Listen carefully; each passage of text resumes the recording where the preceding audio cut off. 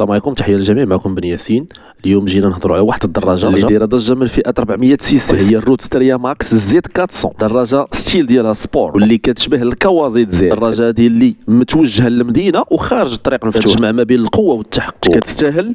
خليكم معايا مور لاندرو.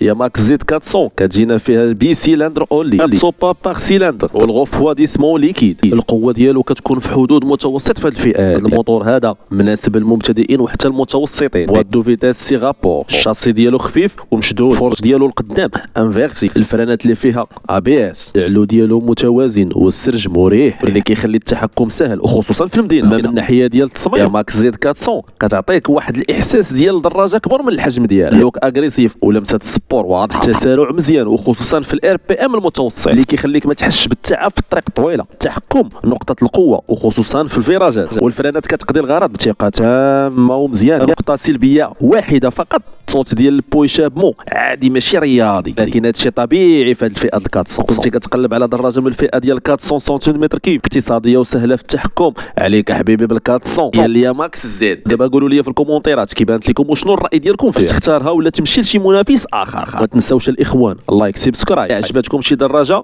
قولوها لي في الكومونتيرات نهضر عليها.